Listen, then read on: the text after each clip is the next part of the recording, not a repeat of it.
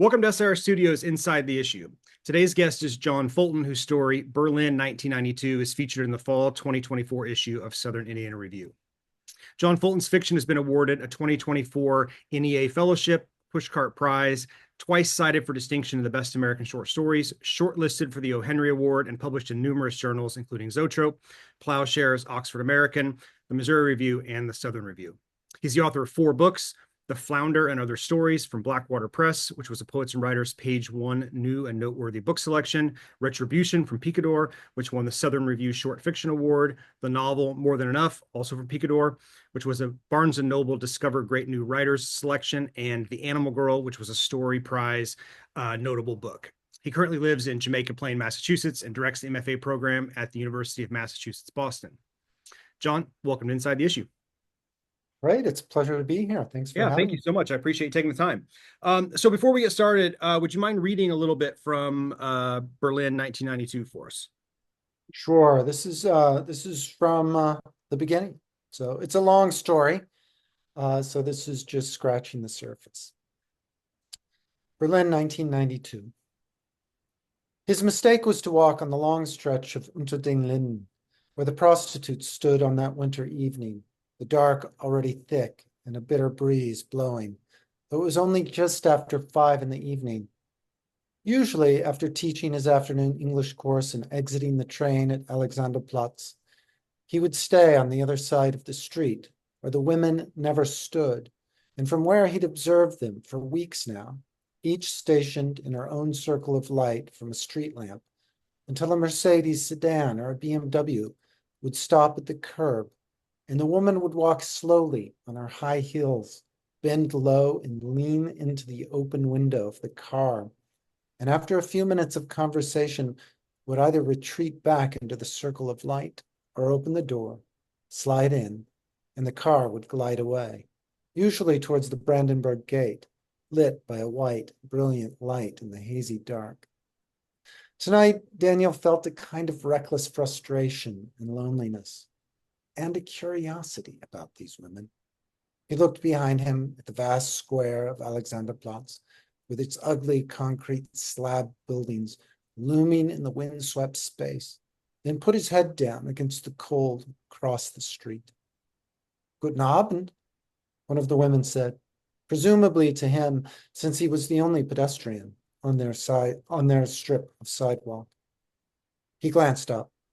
Her hair was bleached as white as rabbit fur, her face etched and thin, with small black eyes that shone like ice in the dark. He looked back down, walking faster past another and then another woman, who must have been the one to say, "Mein Herr, hast du etwas verloren?" "Did you lose something, sir?" He turned and saw her looking at the sidewalk, focusing on some object that wasn't there. "You dropped something," she said. She pointed at an empty spot on the pavement with such conviction that for a moment he believed something was there and that both he and this woman were looking at it. But then she shook her head and laughed. "I guess not." Her face was oval, soft yet thin, and painted thickly with cosmetics. Behind the makeup, her gaze was alert, attentive, and, though he must have been imagining this, warm. "What do you want?" she asked. "You can tell me." She wore a small down vest, the bright silver color of an astronaut suit, and a skirt of the same hue that was so short that the top of her thighs, where her sheer tights became a deeper shade of black, showed. Her pink running shoes had thick heels that emitted an alarming red light that strobed over the pavement when she stepped towards him now. "I'm sorry," he said. "I have to go." "What's your name?" she said. A gold cross dangled from her neck, and she hugged herself, visibly shivering in the bitter cold. She couldn't have been older than he, in her mid-20s at most.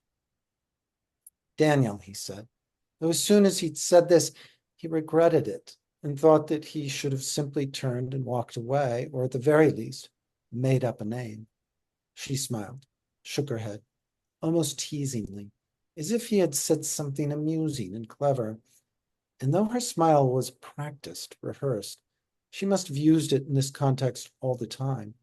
it nonetheless seemed genuine. "You're not from here," she said. "You have an accent." In fact, she had an accent too, though her German was nearly fluent and easy to understand. There was perhaps something Slavic in the way she pronounced her words. "I'm American," he said. "I love America," she said. "My uncle lives in America with his family. He has a huge car." "Where do you come from in America?" she asked. "I know it is big," she added. "It is endless." This time he was careful to fabricate his answer. First, because so few people knew the town he came from, and second, because there was no reason to give this woman any more information. "I'm from LA," he said. But perhaps this had been a mistake, because her eyes grew wide and she laughed with an excited incredulity. "Hollywood," she said. "Tom Cruise, Clint Eastwood." She made her hand into a pistol and pointed it at him. "Make my day," she said in heavily accented English. "Pamela Anderson, Bruce Willis. Do you live in Hollywood?" "It's a big city," he said, glancing down because he got a certain look. Marion always told him that his eyes gave him away when he lied. All right, thank you. That's great. Um, yeah, I remember this opening is I was looking at it again and I was just really engaged by something you do in the first paragraph. The first words are "his mistake," right? Which is just a brilliant way to set some trouble in motion. And then in that paragraph, we also get "usually," and then late in the paragraph we get "tonight."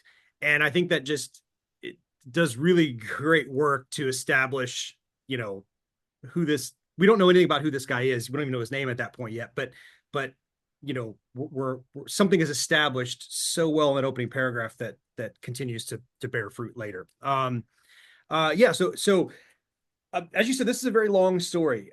In our layout, I think it's 45 pages, and I think in manuscript it was like 70-ish or something, if I remember correctly. Um, and I think it's the long. I don't want to speak. I should have asked to double check this, but in the 8 years I've been at SIR, this is by far the longest story we published. Um, so can you tell us a little bit about where this story came from? I'll come back to the link maybe in a little bit, but can you tell us about the genesis of this story? Sure. A lot of what I've been working on, I'd say in the last 5 or so years, comes from 4 years I spent in the early 1990s in Europe. And a couple of those years were spent in Berlin, Germany, right, not too long after the wall came down, which was 1989. And this divided city was really left with the scars. And my experience of living in it, which was just amazing. Uh, it's a place that's gone now because it's been reunified and it's now the capital city. But it it was really a place that was wounded, and the two sides that were being forced to come together resented each other terribly. And one of the first questions I always got when I met a German was, "What do you think of?" And it was either this or that. "What do you think of the West Germans?" Or "What do you think of the former East Germans?" It was a loaded question. And it usually came in about 5 minutes into our conversation, and I couldn't give a definite answer. It was one that I had to say, "Well, they're very interesting," and then I soon figured out what they thought of the other side, right? And that was always something that bothered me and stuck with me, and it is in some ways, the source of this story. Um, that sense of being caught in the middle between two different sides of one city, being an outsider, being from elsewhere, also being an American. You can never escape that, especially in the 90s. I don't know what it's like in Europe now, but in the 90s, at the end of the Cold War, America was still iconic. Absolutely, it was more of an idea than anything else to the European imagination. And as soon as I was identified as American, I found that it was an identity I wanted to escape from, but just could not. And again, that's also in this Yeah. story. Yeah. I mean, it comes up. I'm trying to find, there's at one point where one of the characters asked the question that you mentioned about what the character Daniel thinks. Um, yeah, and there's I think it's the German who kind of plays that role in the story to ask those questions of Daniel, you Americans in your dreams, he seems to see America maybe for what it really is rather than what it seemed, what maybe Europeans might have seen it, particularly like Eastern Europeans might have seen it at that time. Yeah, he's wealthy. He's visited Mm-hmm. United States, and of course, the women around them in the bar are not wealthy. They've never left Eastern Europe, and to them, the world beyond their backyard is a dream. Yeah. So, and Daniel's part of that dream. Yeah. So what was your, so we can talk maybe a bit about your process kind of broadly, what a typical process is for you when crafting and composing a story. And then did this story sort of match your typical process, or was there something about it that was different? And I'm curious just because of the length of the story. Like, Sure. was the story always, did I'm never right about this when I set out to write a story. I think like, oh, this one's going to be short or this one's going to be long, and I'm never right. But I'm curious if you had a kind of a sense of this one, or if it was just following where it led. Yeah. So, um, I often have a sense of something, and it's almost always wrong, right? I often have this idea of what I'm going to put on the page, and I would say 95% of the time, the story takes me in a direction that is unexpected, and I don't foresee. I have the unfortunate experience of having written, I think this is my fifth novella, which is what I would call this. This is, it's not long enough to be a novel. It's not really short enough to be a short story. I Yeah. guess you could call it a long story, but I like the word novella. It's special. Yeah. It's got a few syllables, and it sounds French. So I'm going with novella. That works. And I did not have any idea that this story would uh, become a novella. It started, however, pretty much the way most of my fiction has started in the last, I don't know, 6, 7 years, which is, with a sense of a beginning, an obsession. Like I knew that I was, when I lived in Berlin in the 90s, prostitution was everywhere. I mean, you just couldn't escape it. It actually wasn't legal, but it was not illegal insofar as there was no enforcing of its illegality. So it was essentially everywhere. And I mean, you couldn't walk down certain streets without being approached by prostitutes, and that really stuck with me, as did the winter in Berlin. Berlin is a wonderful city, but go there in the summer because it doesn't get dark in the summer. It's like white nights at midnight. But it doesn't get light in the winter. It's just a amazingly bleak place to be, as exciting as it was. And that stuck with me, as did the particular kind of cold, the darkness, the prostitution. And it was a city in complete reconstruction. So these things obsess me. And I came up with this beginning where Daniel is done. He's finished his course. He teaches English. And he's in the same place he always is, but something's different on this night, and I kept writing the beginning again and again and again because I couldn't quite figure out. One of the things I have to do in my process is figure out what I call story occasion. What is it about this particular moment that's sort of like story worthy? What is it about this after which nothing else, this night after which nothing else is ever going to be quite the same again? That's kind of the question. Sure. That if I can start to answer, a story takes root. And you pointed out some of the words in that first page that are doing the work. His mistake, it would turn out to be his first mistake of the night, but his mistake was that kind of helped me. The word usually, this is what he would usually do, helped me, but what he was doing differently tonight, that helped me.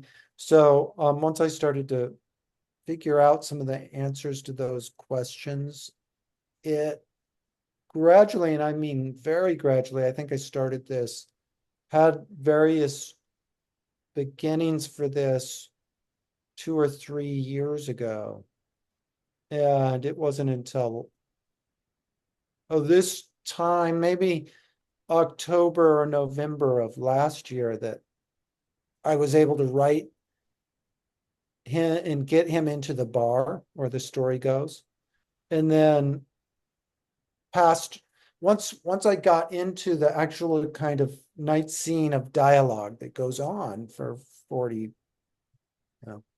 70 pages, whatever, I was able to just keep going. That's really, so one of the things that I wanted to be sure to find out about was how, like, the story is like very little happens, right? I mean, if we strip away the details, it's man encounters prostitute, she gets him into the bar, they drink, she convinces him to like go to this back room for what she calls the entertainment, and which doesn't occur, they leave. Like, if we just strip away, it's like very little happens, yet I'm curious how you, and you may not be able to articulate this, but how you're able to sort of create momentum. Might not be the right word, but that's the one I'll use, right? Yeah. That we're pulled through this. And there's not a page break. I mean, if we're being really technical, we could say that it's not completely one scene because they're outside, then they move inside, but it's for all intents and purposes one long scene until that page break, and it's probably 30 pages, and it's just Yeah. you're able to sustain my attention, and I think you readers' attention, in a way that's really impressive when the story doesn't seem to have like the outward trappings of like lots of stuff happening to keep us engaged. So Yeah. how, and there's not really a question there, I guess. How did you approach, you said you took you a while to get him into the bar, and once you got him in the bar, it's like how did you sustain that scene, I guess? Yeah. Yeah. So, I mean, obviously you have to keep showing readers something new, something different. I mean, the story has to develop, and it's certainly a 75-page story, which is what this was on my pages, uh, has to keep digging deeper, right? And so yeah, this is a story that has the tension of a bunch of people telling half truths or half lies, and they're trying to figure out what they can and can't trust in terms of what's getting said. And so, while it's all about dialogue, it's also all about, like, what is everybody's story? Why are they saying what they're saying? So there was a lot of tension in that. For Daniel, the central tension is he's very lonely. He doesn't he doesn't know anybody in this city. His marriage is in the process of falling apart. His wife is back in Switzerland, right? And they're in a sort of arranged separation. And he doesn't want to be where he is. He doesn't want to be essentially in a brothel, which he kind of realizes he's gotten into that brothel. And as soon as, so there's that central discomfort. Like, I don't want to be anywhere else because I can't kind of bear the loneliness of my situation in this city in this winter where there is no sunlight. But I don't want to be in this brothel either. For, one, he's not into the comfort of prostitutes, but two, he doesn't have any money, right? And we make that clear very early on. And so I kept having to create tension to push this discomfort, to kind of push him into up against the wall. He realizes very early on that he can't just be in this bar. He's got to pay for the time in the bar. And to do so, he's got to buy a ridiculously expensive, strangely named drink. And he's got to buy more than one of them, right? And so he like sees his way out. So he's gonna say, okay, I can't do this, gotta go, sorry. But then this strange, loud German, who's the only other man in the bar, wants him to stay, and so says, I'm gonna buy that drink for you and for the woman you're with, right? So there's these different tensions: money, the drink that's got to be bought, this Ludmilla herself, who realizes that if she can't keep him in the bar and buying drinks, she's got to go back out in the freezing cold and deal with the realities of the street. And the bartender, right, who is a pretty rough figure. She's very no nonsense. And there's this sense too, I assume listeners have read this, but there's this sense too that there's impending violence, that this German who may be rich is also very drunk and unpredictable, and that he's done bad things before. The bartender makes that very clear. Daniel knows that he has, but he doesn't know what this guy is capable of, right?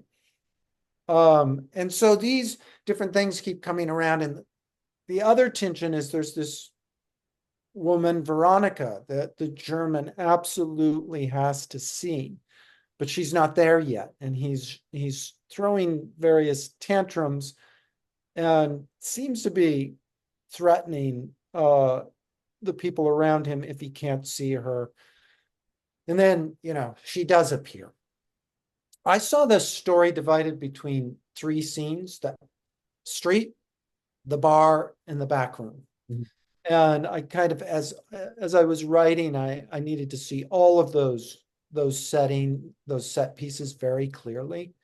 And so the dynamics of the piece change somewhat out on the street, in the bar, mm-hmm. and then in the back room, where it's really the only portion of the story where Ludmilla and Daniel are without anybody else. They can hear the German and Veronica in the next room, but and that's where I think they both tell their stories. And I think the one thing that does happen, there's no sex that happens here, but there is a kind of moment of intimacy that Daniel sorely needs.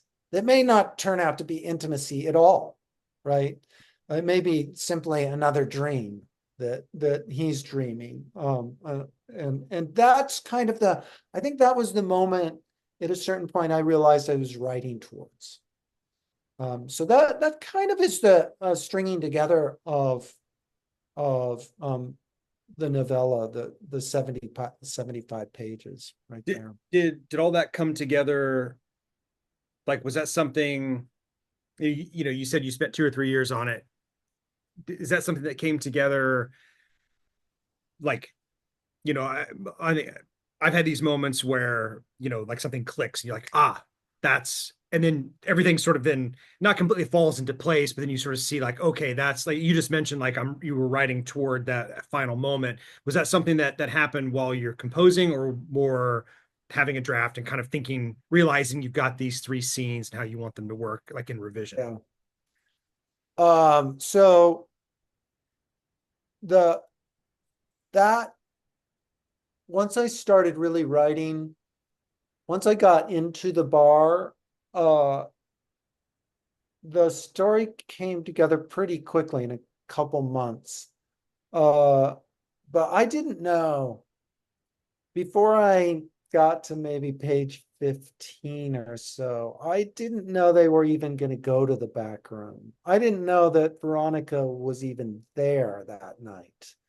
Um, so it most of the time, 2 or 3 years, let's say, I was thinking about this story. I wasn't writing it because I just didn't know enough to write it. But once, say, last October, when I sat down and wrote through that bar scene, I realized Veronica was there. They were going to go into the back room. I realized I didn't think there could be any sex. I just didn't. I thought it would be too cliche to actually have sex take place in a brothel. So I, there were a few things I kind of realized that I was under pressure.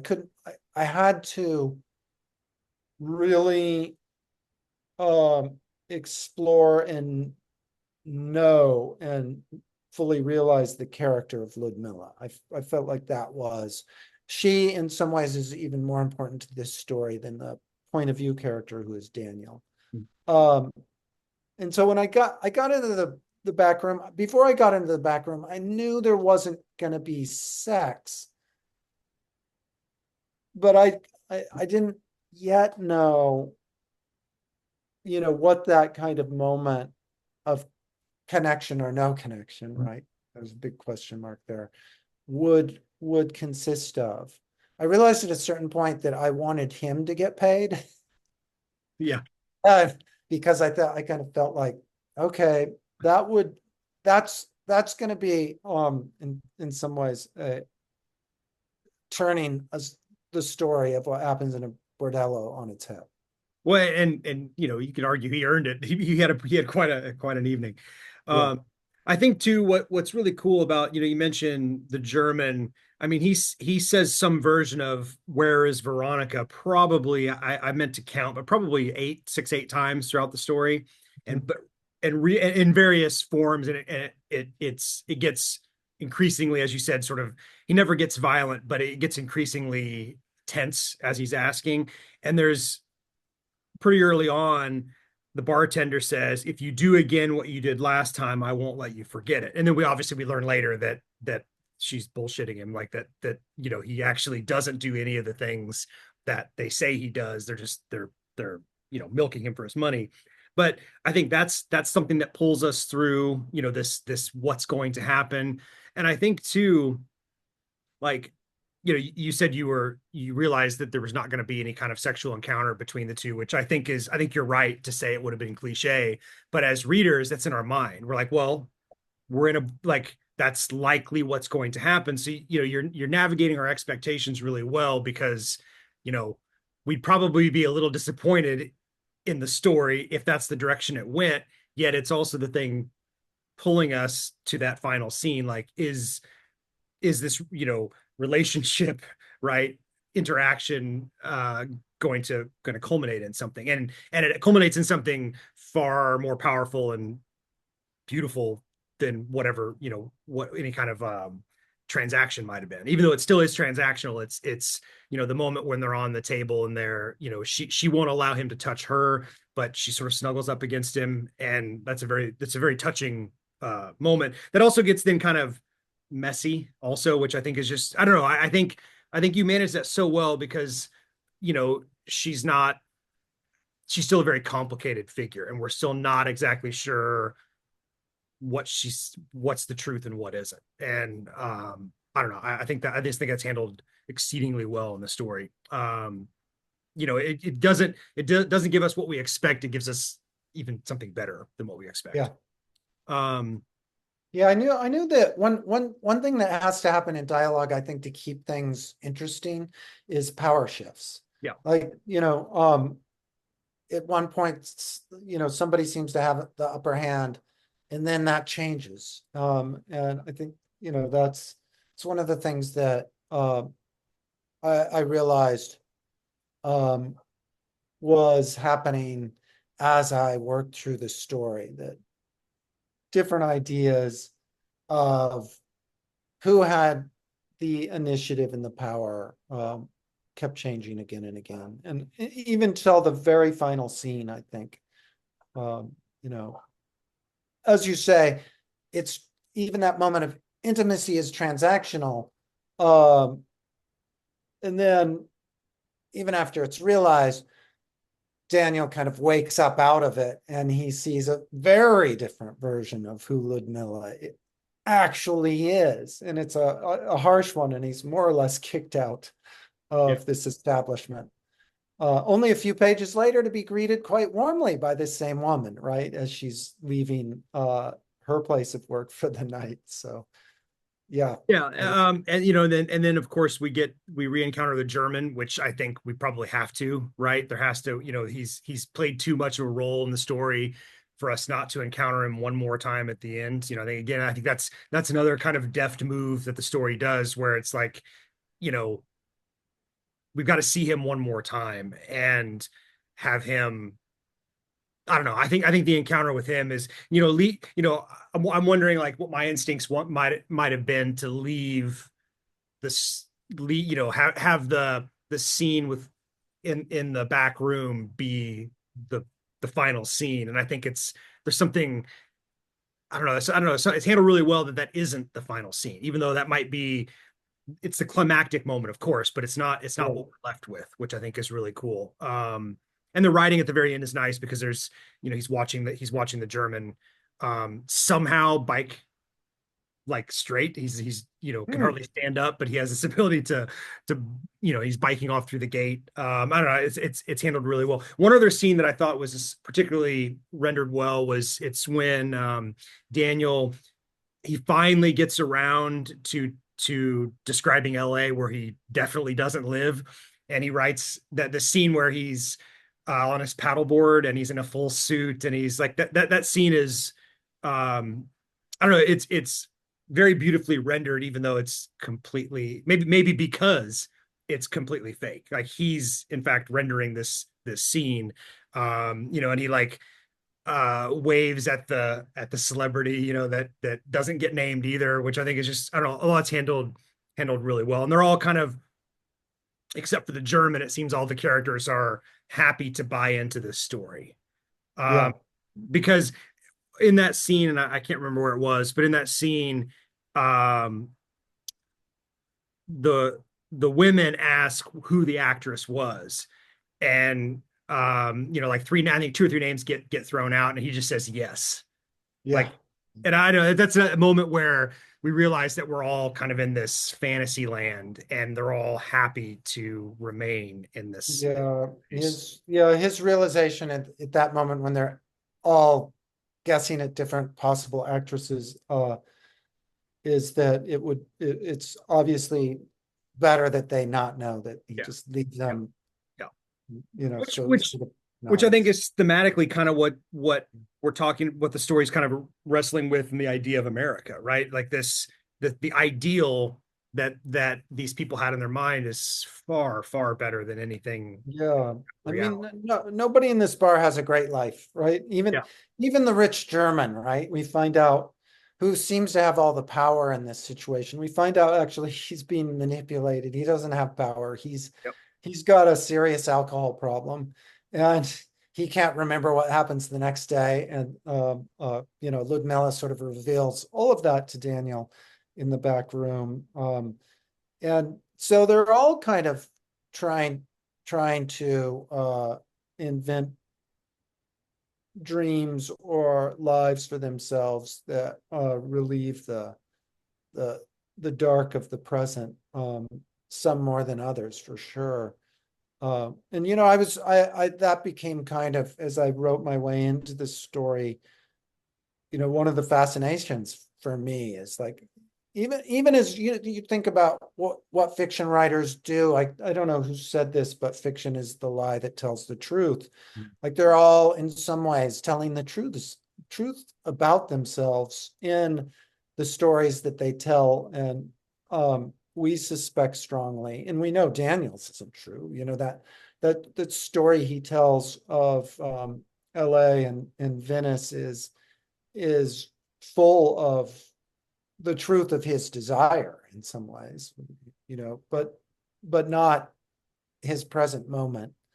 And so I was fascinated by this notion of, the story being a collection of a kind of collective dream.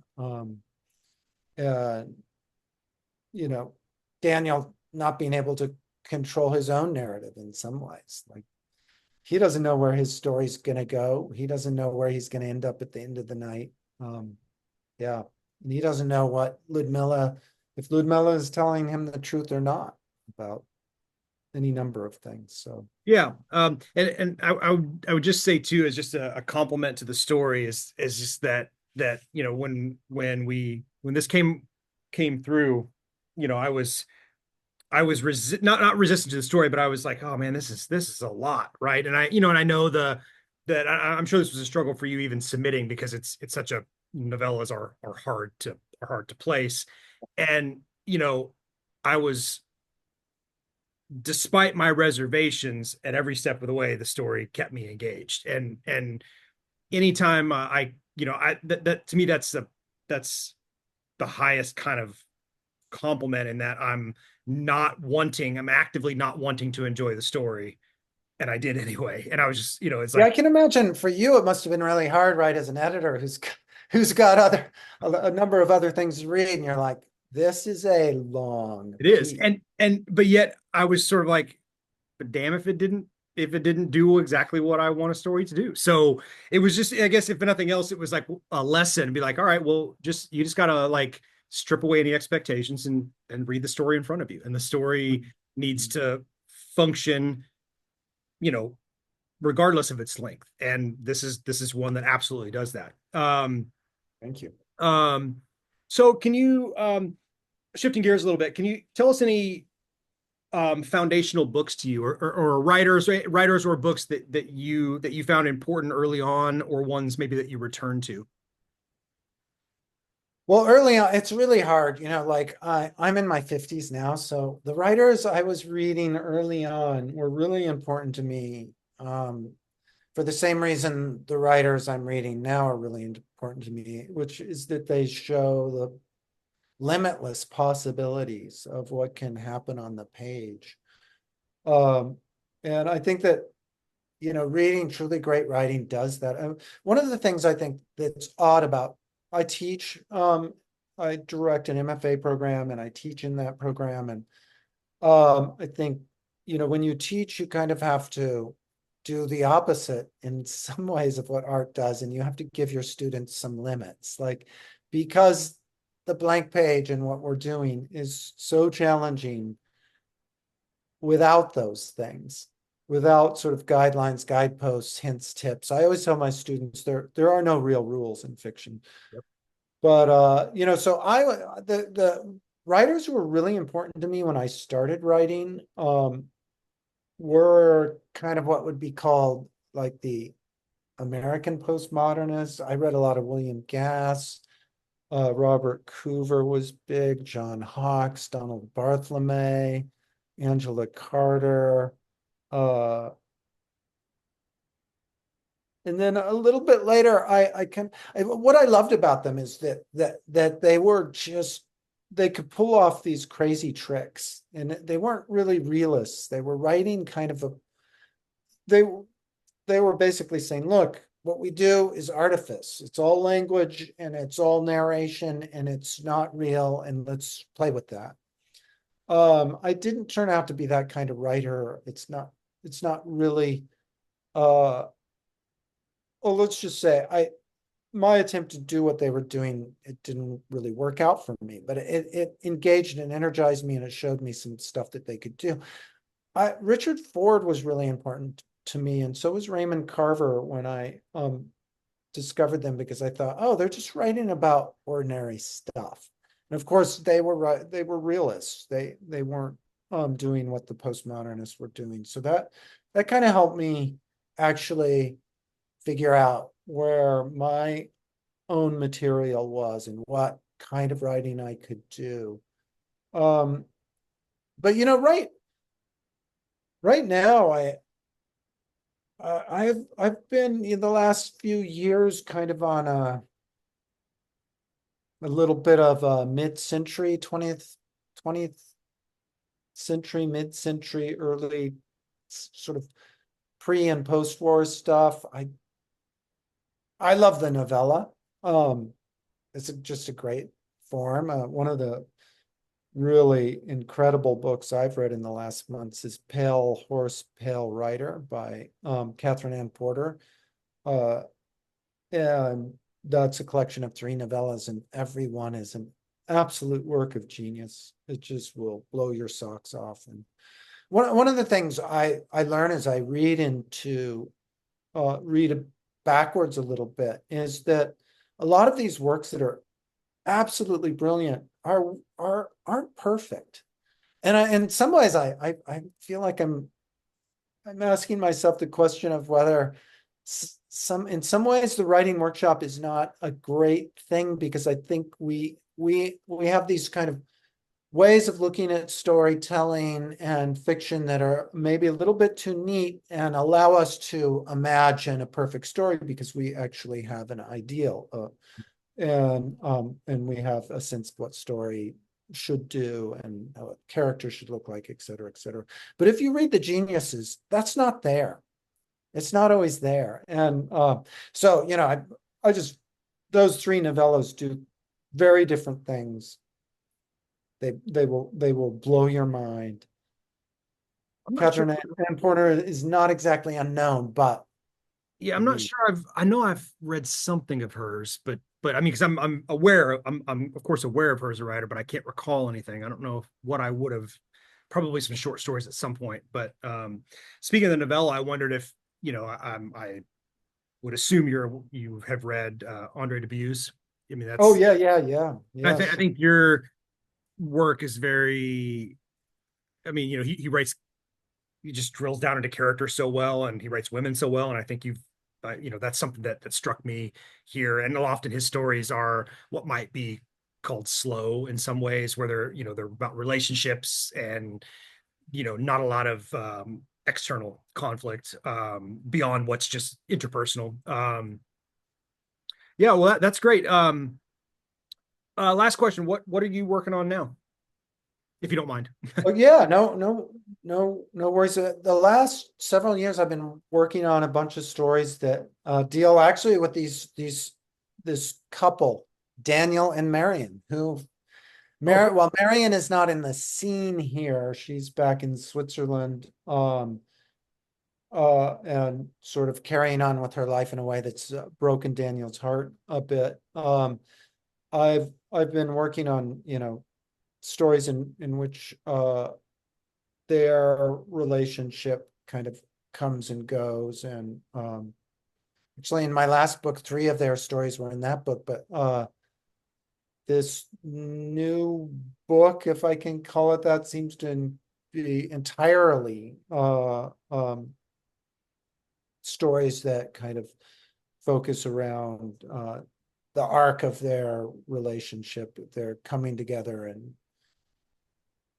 sort of coming and going together is maybe what I would call it. Much of it takes place in Europe of the 1990s. Some of it takes place in the US before that, and maybe some of it will take place in the US after that. I'm not quite sure there, but I've got a good 175 pages of their stories. And That's actually really cool because I mean, we get a sense of Daniel and Marion here, but it's all in flashback, and yeah, and that is in.